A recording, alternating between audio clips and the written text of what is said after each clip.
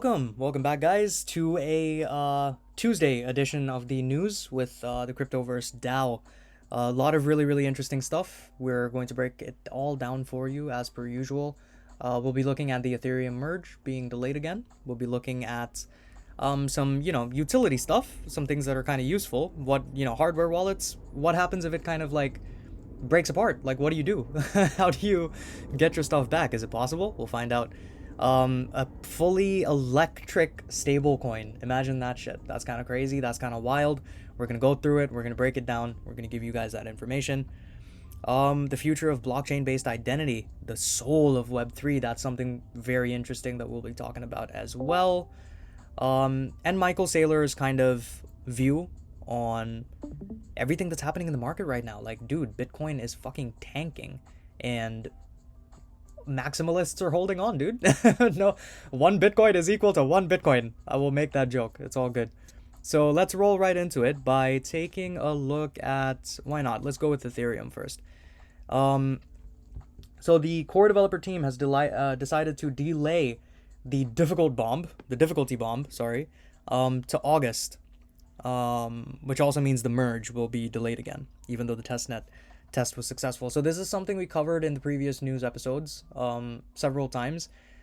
We kind of looked at the Ropsten testnet, we looked at the shadow forks and all of this stuff. We looked at what this merge means. In essence, these guys are moving from proof of work to proof of stake, which is, it opens up the doors for potentially gasless transactions, opens up the doors for a lot of scalability of blockchain technology. So it's a really important thing that needs to be done. And the issue is it's a very fucking difficult thing to do as well. The analogy is, switching out an airplane engine while it's flying, while the engine is still running. That's how fucking intricate and difficult this type of thing is, basically. And it's the sixth time now. This brings us up to six. This is the sixth time that we've officially kind of like announced an official delay. The Ethereum core development team had a meeting last Friday regarding what is called the quote-unquote difficulty bomb, a key catalyst in the long-anticipated merge. That's what they're calling the sort of switch from proof of work to stake, merging kind of like a created net with the live one, I suppose. Well, it's just called a merge, right? After discussing some bugs arising from the testnet, they proposed EIP 5133 delay the difficulty bomb to August. Sixth time, like we've said. Tim Biko, I still don't know how to pronounce his name. He's the guy that announced the delay last time as well. What does he say? The correct TD value is, oh my goodness. All right. Little fixes. This was contentious, to say the least. Again, recommend watching the live stream for the full back and forth. How much pressure is the right amount of pressure to put client teams under? The impact of block times on users and of proof of work on the environment. All of these things came up, right? In short, we agreed to the bomb delay. We were already over time, and we want to be sure that we sanity check all of the numbers before selecting an exact delay in deployment time. But we are aiming for a roughly like a 2-month delay, and for the upgrade to go live late June. All EL teams were in agreement that doing this soon would make things better for users. Well, that's a question though. Like, but also, I mean, I say don't rush, but they've already not rushed. They've literally delayed everything for a long time now.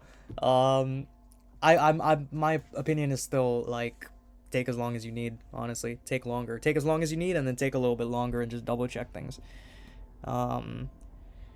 Again, we were already over time. Yeah, realistically, we'll have client releases and a proper announcement out by the end of next week. Or by the next of next week. What does that mean? I don't know. I'm assuming he means by the end of next week, not the next of next week. I'll wrap up by quoting at VD Wyden? Marius van der Weyden. I'm going to assume that that's how you pronounce it because the J is usually silent.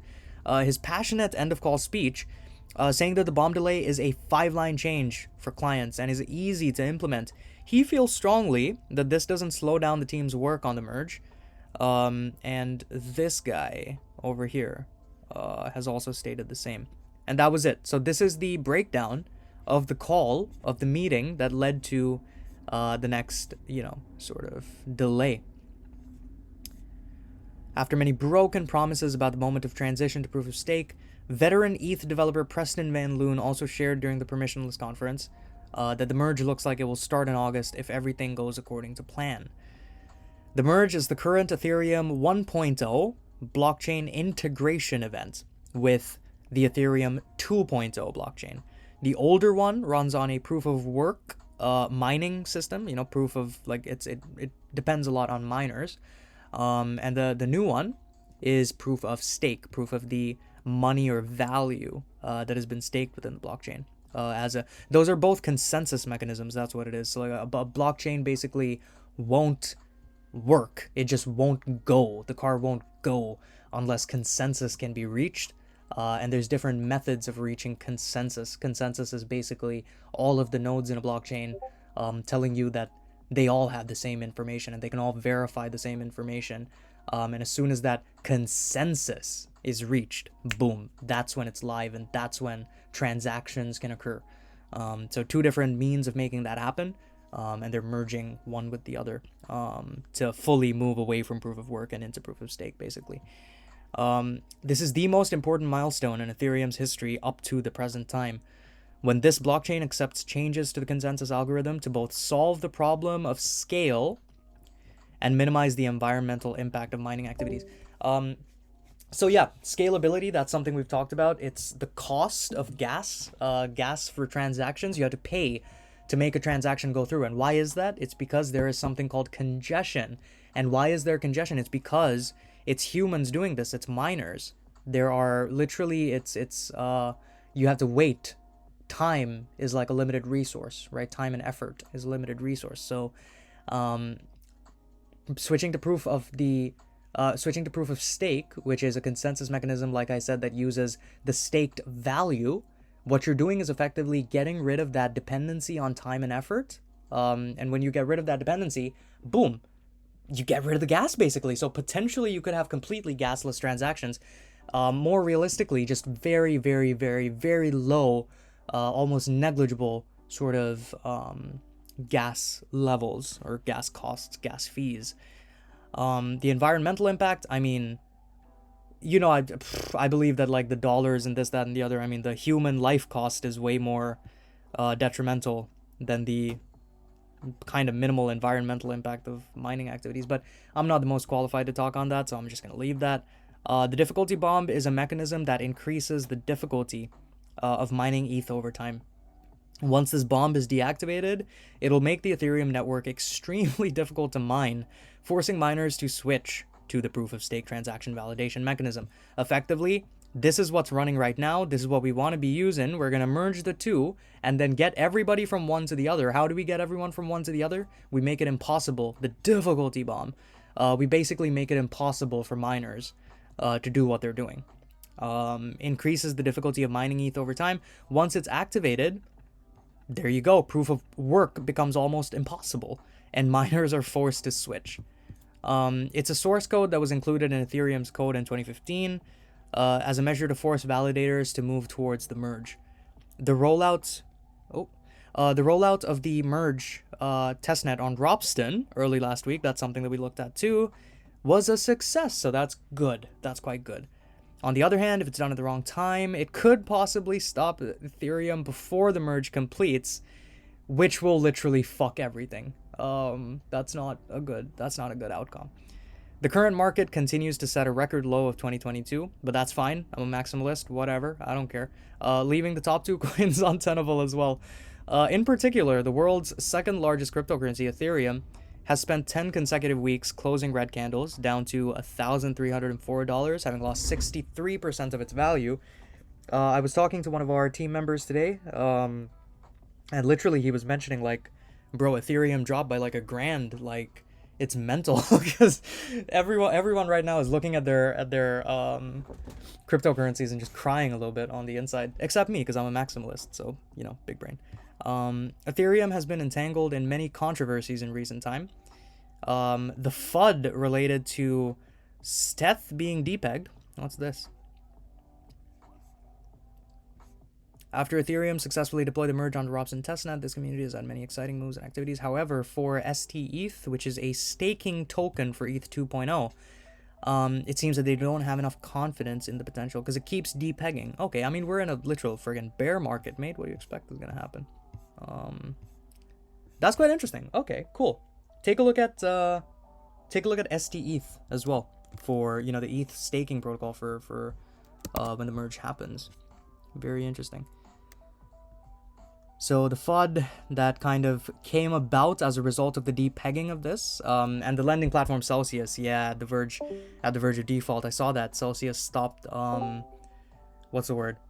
Withdrawals, didn't it? It stopped withdrawals momentarily, as severe ETH-related liquidity problems caused the price of ETH to continuously slide down, a series of days of loss. Currently trading at $13.70 on Binance, down nearly 72% from its historic peak of close to $5,000, $4,891 last November. Interesting. So that's the breakdown on Ethereum and the merge.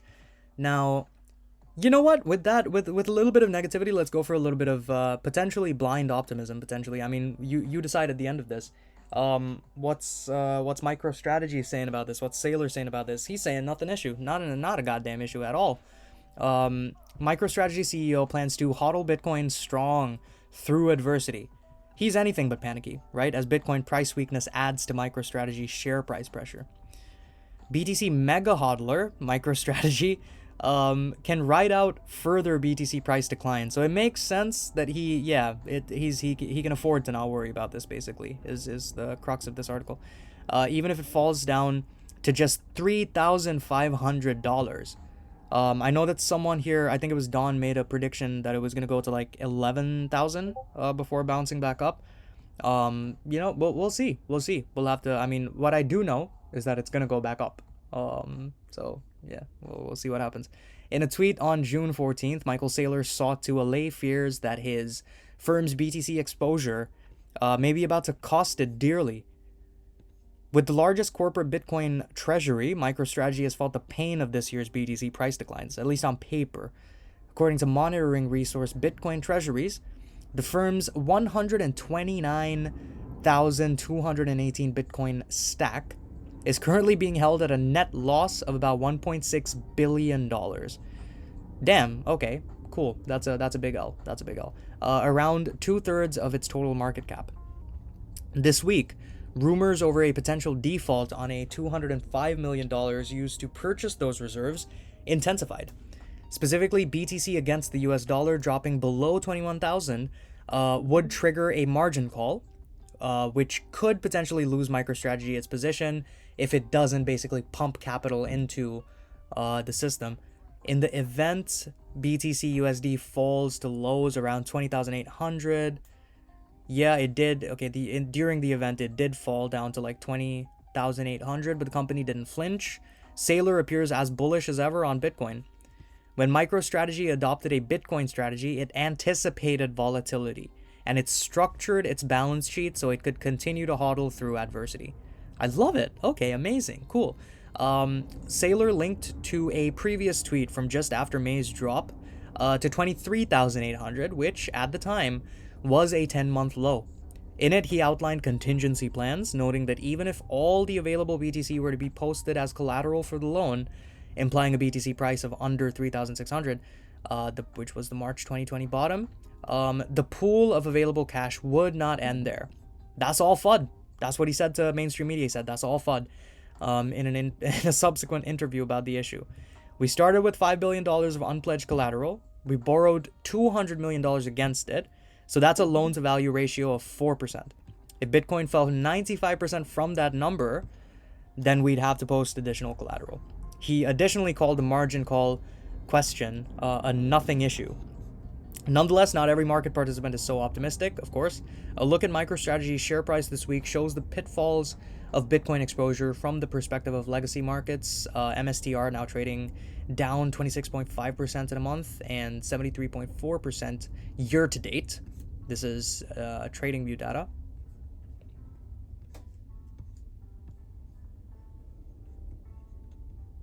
Madness. Okay. It's not just MicroStrategy struggling. Bitcoin Treasuries data showed that Tesla, which owns the second largest BTC treasury after Saylor, is now nursing an unrealized loss of 535 million. It's not 1.6 billion, but that's still a big fucking number on its initial $1.5 billion investment. So they're down 530 mil. Payment network Square, they did have a $220 million stash. That's underwater by 40 million. While the North American mining giant Marathon, I didn't know Marathon held Bitcoin, okay, is at a loss on its 8,133 Bitcoin allocation.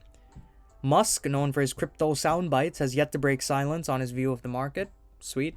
Tesla stock has lost around 11% over the past month, including 1% on the June 14th Wall Street Open. I mean, literally, the FAA just approved, like, today or yesterday, I think they just approved the, they kind of did an environmental analysis on the upcoming launch in Boca Chica, the SpaceX launch in Boca Chica. So, I mean, he's probably friggin' occupied with that, man. He'll come back to Bitcoin and then and make a statement soon, I'm sure. And honestly, I hope he makes a bullish statement, bro, because what I've seen is in this space, a lot of people, now I'm not gonna make a judgment call, but a lot of people follow whatever Elon says blindly because he's like, oh, he is billionaire, but he make jokes, so he's friend, like that's what they think. So I hope he says something bullish. I hope he says something bullish because that's gonna see a lot more positive market kind of what's the word, movement, or just sentiment, positive sentiment, which I think is something that's really important because right now we're in a period of it's downtrend, but it's a momentary downtrend. It does not define, just like having, that there's that quote, right? You'll see this on like an Instagram page or some shit, like, did you have a bad day or did you have a bad 10 seconds that you then allowed to derail your whole day and turn it into a shitty day? Don't allow this right here. This is a blip, right? People who have been in this space will tell you that last year they saw the same exact fucking thing, bro.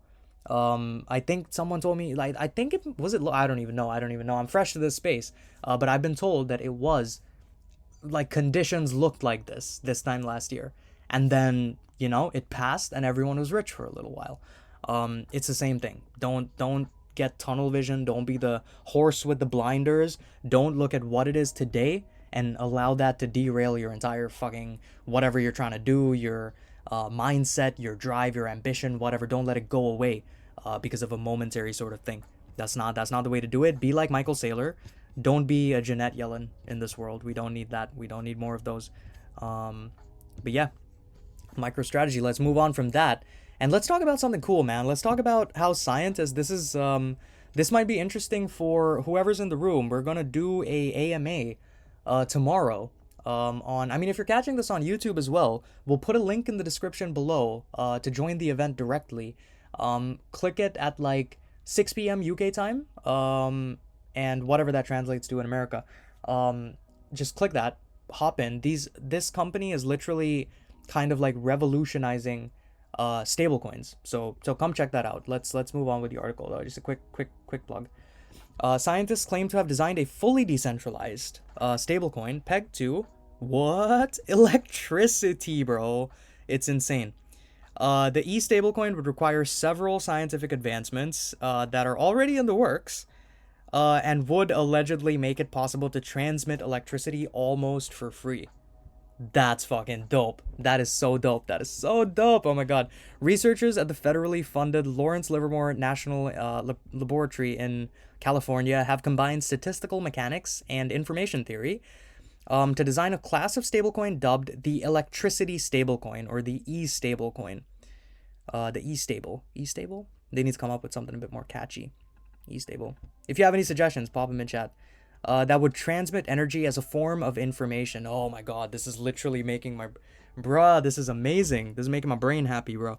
Livermore's Maxwell Murialdo and Jonathan L. Beloff say their innovation would make it possible to transmit electricity without physical wires or a grid. If you know about, like, radiant energy, Nikola Tesla, he came up with something very, very similar. I'm sure they're using... I wonder if that patent's expired. Is that why? Well, that's a tangent. That's a tangential thing, but it's very interesting. So do your own research, and we'll talk about it in the discussion. This is why you should join our Discord, because we do have interesting discussions like these, and we want our community to be involved. So do join the Discord, because after we wrap up these news sessions and education sessions or whatever it is that we're putting on the YouTube, we engage with the community. We speak to you guys, and we pick your brains on what y'all think about the future of this beautiful world that we've all decided to dedicate ourselves to, man. So yeah, fucking cool as shit. We'll talk about Tesla soon. Without wires or a grid, and create a fully collateralized stablecoin pegged to a physical asset, electricity, that is dependent on its utility for its value. According to the scientists, the E-Stablecoin would be minted through the input of 1 kilowatt-hour of electricity plus a fee. The stablecoin could then be used for transactions the same way as any stablecoin, or the energy could be extracted by burning it, also for a fee. The entire process would be controlled by smart contracts, fucking yes, with a decentralized data storage cloud. No trusted centralized authority would be needed to maintain or oh my god, bro, y'all have no idea. This is literally, oh my goodness. I might need a moment here, guys. Like, this is making me very happy. Like, goddamn, this is exactly what, this right here is the correct use of smart contracts and blockchain technology. This level of innovation, this level of pioneering mindset, this is what we need more of. Not fucking more NFT projects, not fucking shitcoins, not rug pulls, none of that bullshit. This is what we need. This is what the world can look like. This is what you can be a part of. But yeah, I'm a little bit excited. This is good. This is really, really good. This would be a first for a hard-pegged stablecoin, being directly exchangeable for a specified quantity of a physical asset, which is what the scientists have said. They suggested that electricity has a highly stable price and demand. These are the fluctuators that cause the value of something to go up or down, or depeg, right? But these guys have, like, electricity. I say these guys. Electricity itself, very stable price and demand relationship. So the electricity used in minting E-stablecoins would be easily sustainable.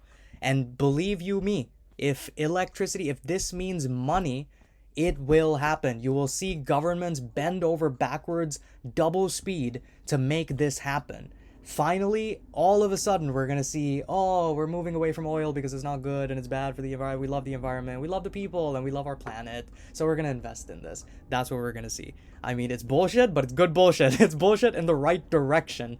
If bullshit moves in the right direction, that's good bullshit in my opinion. That's fine. Investors would be able to mint E-stablecoins in regions where electricity prices are low and burn the tokens where electricity is more expensive. Murialdo and Beloff described their work as a proof of concept and made extensive use of advanced mathematics for their reasoning. To make a working E-stablecoin, further advances that increase the speed, the transfer entropy, and scalability of information engines will likely be required. Transfer entropy? Madness. Entropy is basically just like chaos in a system. Like, when you have an equation and you put it into practice and it doesn't work, that's because entropy exists in the universe. It's because there's chaos in the universe. Nothing just happens the way it's supposed to, type thing. It's a butchered oversimplification of what entropy is, but that just in case y'all didn't know what that meant, that's what that is. Improved cloud storage, or an alternative to it, would also be needed. In the meantime, their research has theoretical implications for the way in which cryptos derive their value. This work was published in the peer-reviewed... Let's take a look. Good fucking gravy, mate. This is very cool. Can a stablecoin be collateralized by a fully decentralized physical asset? Stablecoins are considered Full decentralization, collateralization of the physical asset. Yeah, trade-off stands. Propose a new class of stablecoins that be fully decentralized and fully collateralized physical entity. Intrinsic utility, which is electricity. Okay. Can be used to transfer free electricity, free energy, okay, between anonymous users of a decentralized network. No interfacing with utility corporations, no power plants, no grid networks, none of that. Wow. Oh, this is amazing. I'm going to put this in the live chat for you guys. Take a read. Take a read, because that's fucking impressive. If they can pull this off, this will change the world. If they can pull this off. I mean, some of the technology doesn't even exist yet. But if they can pull this off, wow. Oh man, I'm excited. This is really good. This has made me really, really happy, man. This is like, wow. Honestly, guys, I've had a bit of a shit week, man. Shit couple of weeks, but this has really brought the energy back into me. Really, really pumped some energy back into me, because this is what I'm in this space for, to build the future. And when you see things like this, good gravy. Makes me real happy. Goddamn. All right. I'm going to move on to the next article with a big smile on my face. Fucking hell. Let's do the struggle for Web3 Soul, or shall we go for what happens with the hardware? I think this is the more useful one, so we'll leave this for later. If we run out of time, we'll just leave it. What happens? Okay, so we constantly talk about security. We always tell you, back things up onto cold storage, throw away your fucking seed. Well, no, don't throw away your seed phrases. We tell you to encrypt your seed phrases and put things on hardware wallets if need be. So what happens? A hardware wallet is basically like a physical wallet, basically, in it. It's like a physical, like a drive that you put the information on. What happens if you lose it? What happens if you have it in your back pocket because you're like, I'm never going to walk anywhere without my cold storage wallet, so it's got to be in my back pocket all the time. You're getting into your car, it falls out of your pocket, and you run it over. And then you come back home and you're like, oh, some idiot. Oh my God, this happened to me, Literally, I dropped my phone, and I like literally it got run over. I step out of the car. I look down and I turn to my friend. I'm like, hey, look, some fucking idiot dropped his phone. And I ran it over. and my friend was like, oh yeah, what a dumbass. And we picked up the phone and I chucked it away. And I was like, oh, I should have taken a photograph of it. Where's my phone? And then I was like, and then I connected the dots and I was like, oh no. Oh Jesus. Oh crap. So yeah, just, learn from my mistakes in it. So if something like this happens to you, what do? The safety of the recovery phrase is what they say is way more important than keeping the hardware wallet safe. This is according to executives at Ledger and Trezor, which are the two big names. As soon as you Google hardware wallets, that's what you're going to see, Ledger and Trezor. Hardware cryptocurrency wallets are known for granting users full control of their crypto and providing more security. But such wallets are prone to risks, such as theft, destruction, loss. Does that mean that all of your Bitcoin is lost forever if your hardware wallet is lost, burned, stolen? No, it doesn't. It doesn't.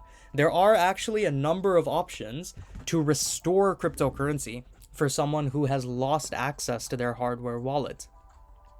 The only requirement to recover crypto assets, in that case, would be maintaining access to the private keys.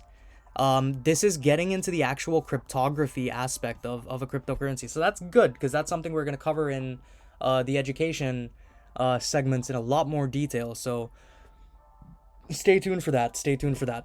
A private key is a cryptographic string of letters and numbers that allows users to access crypto assets as well as to complete transactions and receive crypto.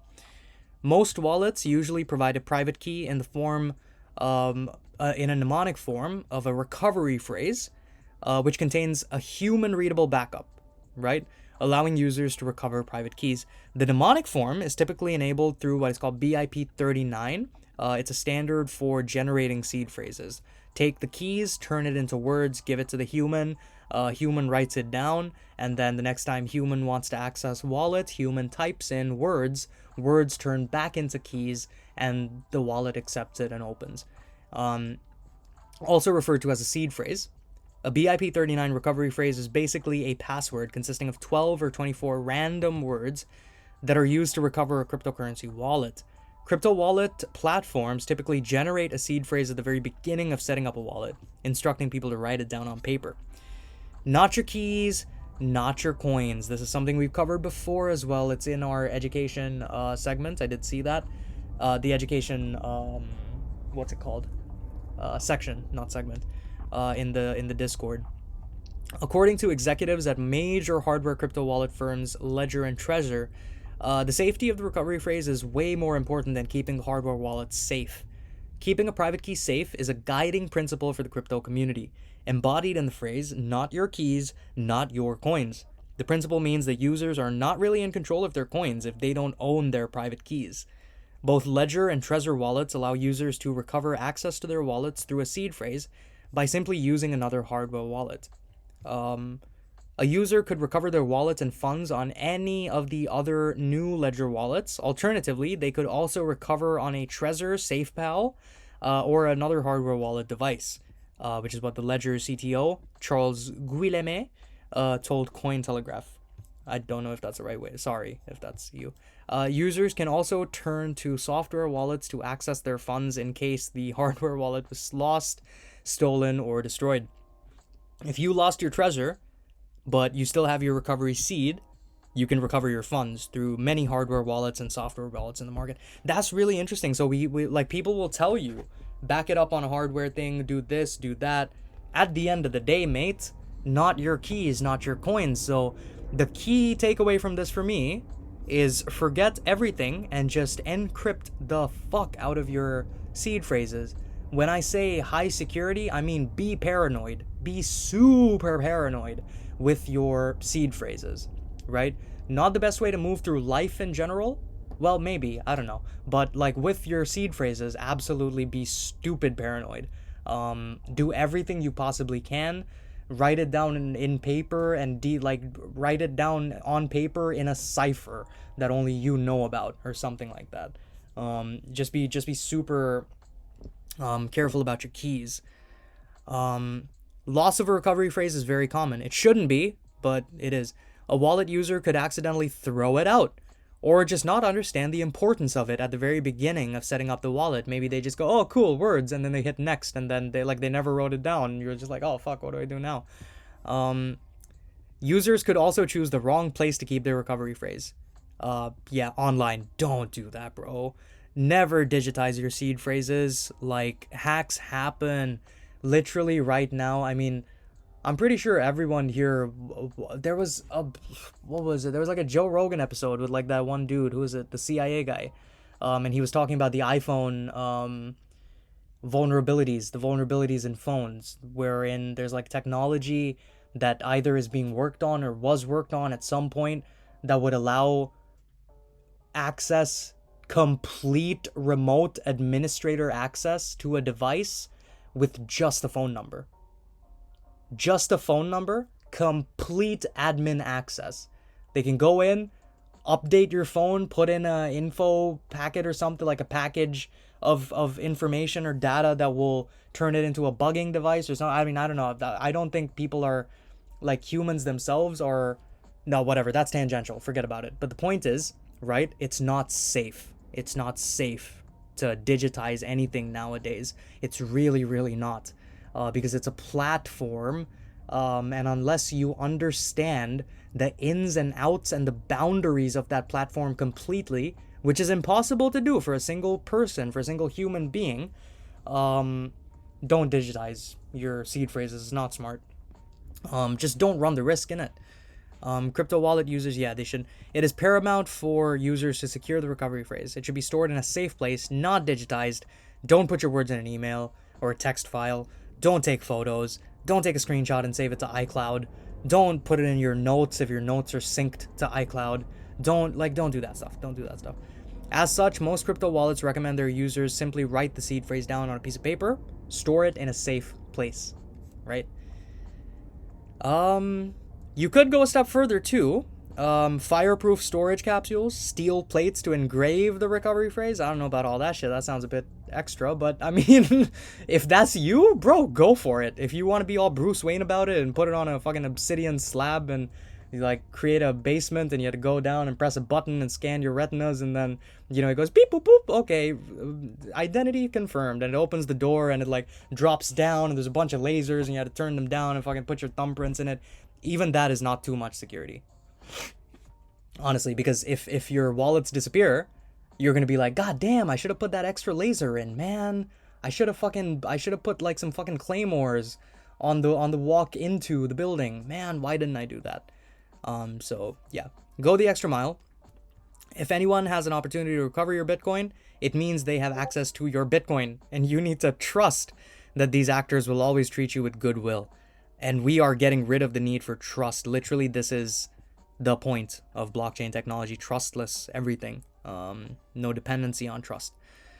Yeah, I think that's fairly self-explanatory. Let's do the what is this? 9:30 now. We've started at like 8:39. Yeah, no, we got time. We got time. It's all good. Struggle for Web3 Soul, the future of blockchain-based identity. What's behind Vitalik Buterin's what do they call him? Vitamin butane. what is behind Vitamin Butane's embrace of soul-bound tokens? Ensuring Ethereum's dominance, a backlash against NFTs, creating a better world? Who knows? There's no shortage of visionary scenarios about how Web3 might unfold. One of the latest, a paper published in mid-May by E. Glenn Whale, Puha Olaver, and Vitalik Buterin, is close to becoming one of the most top 50 most downloaded papers on the SSRN scholarly research platform. Let's take a look.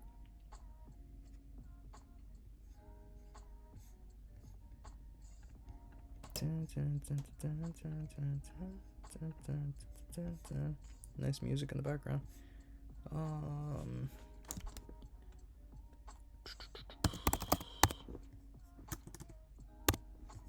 There it is. Decentralized society. Finding Web3 Soul. Web3 today centers around expressing transferable, financialized assets rather than encoding social relationships of trust. Yet many core economic activities, such as uncollateralized lending and building personal brands, are built on persistent, non-transferable relationships. In this paper, we illustrate how non-transferable, quote-unquote, soul-bound tokens. Okay, interesting. I think he's just trying to do this whole human DAO that he was talking about. This is a new project. Is it human DAO? People DAO? Person DAO? Oh, what was it? Vitalik.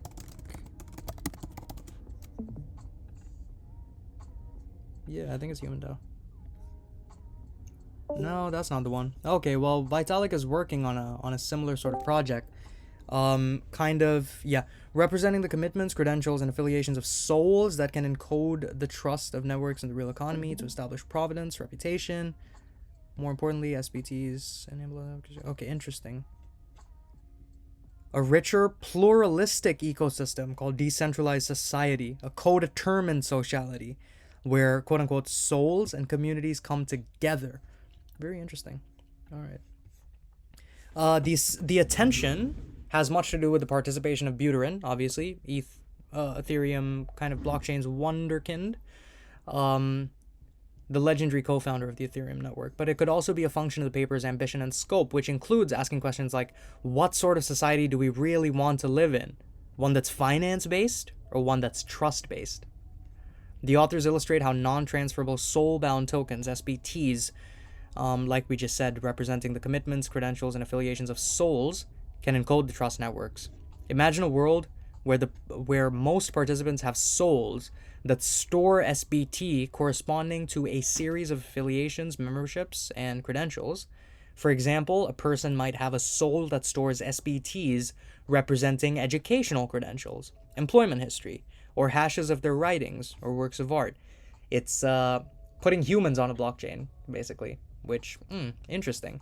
I feel like, again, personal opinion, but I feel like we should let machines be machines and let humans be humans. Let machines be, let them do the job really, really well, sure. But there does need to be a little bit of a delineation, I think. But again, personal opinion. I'm very interested to hear what you guys think. Let me know in the comments, and we'll roll into a discussion. in just a second. I would say I'll put this into the live chat for people to read. And I think we can wrap it up. I think we can wrap it up here once we finish this article. So, self-certified SBTs, similar to how we share information about ourselves in our CVs. We know it's legit because we said it was legit, right? The true power of this mechanism emerges when SBTs held by one soul can be issued or quote-unquote attested by other souls who are counterparties to these relationships. Counterparty souls could be individuals, companies, institutions. They back you up, basically. University could be a soul that issues SBTs to graduates. Okay, very interesting. A lot to digest. 36-page paper. Apparently seems like a hodgepodge of disparate ideas and solutions ranging from recovering private keys to anarcho-capitalism. But it has received praise, even from critics. So it's all about building a decentralized society that isn't mainly focused on hyper-financialization, but instead is focused on encoding social relationships of trust. That's the crux of it. It has garnered criticism from media outlets. Some people have called it a whimsical paper. It does seem that way. Some also worry that it could give rise to a Chinese government-style social credit system. True. Others took shots at Buterin personally, criticizing his lack of understanding of the real world. I mean, take a look at him. He doesn't go outside, bro. What do you expect? Crypto skeptic and author David Gerard went even further, declaring, even if any of this could work, it'd be the worst idea ever. What he wants to implement is a binding permanent record on all people on the blockchain. Yeah, it does seem that way. I think let machines be machines. We're not machines. We're not nodes in a blockchain. That's not what we are. We need to be using this technology to stop all of the confusion that we have in our species about what we are. We are not machines. We are not computer programs. We are not algorithms. That's not what we are. We're people. We're humans. And we need the time, the space, and the energy to be humans. And the way that we achieve that in this fucked up world that we've created is by letting the machines take all of the brunt of the work, because they are machines and they are algorithms and they are computer programs, right? That's the type of world I want to live in. I see the electricity stablecoin, cool as shit. Sweet. Dope. All right, cool. So that's the spread of the news. We've covered quite a lot of really interesting stuff. Let me know what your thoughts are. Remember to like, comment, subscribe, follow us on Twitter. All of our links are in the link tree below. All the resources are in the description below. Engage. Thank you for your time. I hope you enjoy the rest of your Tuesday. I know I will. This has been Dharma. Yep, peace out. Bye-bye.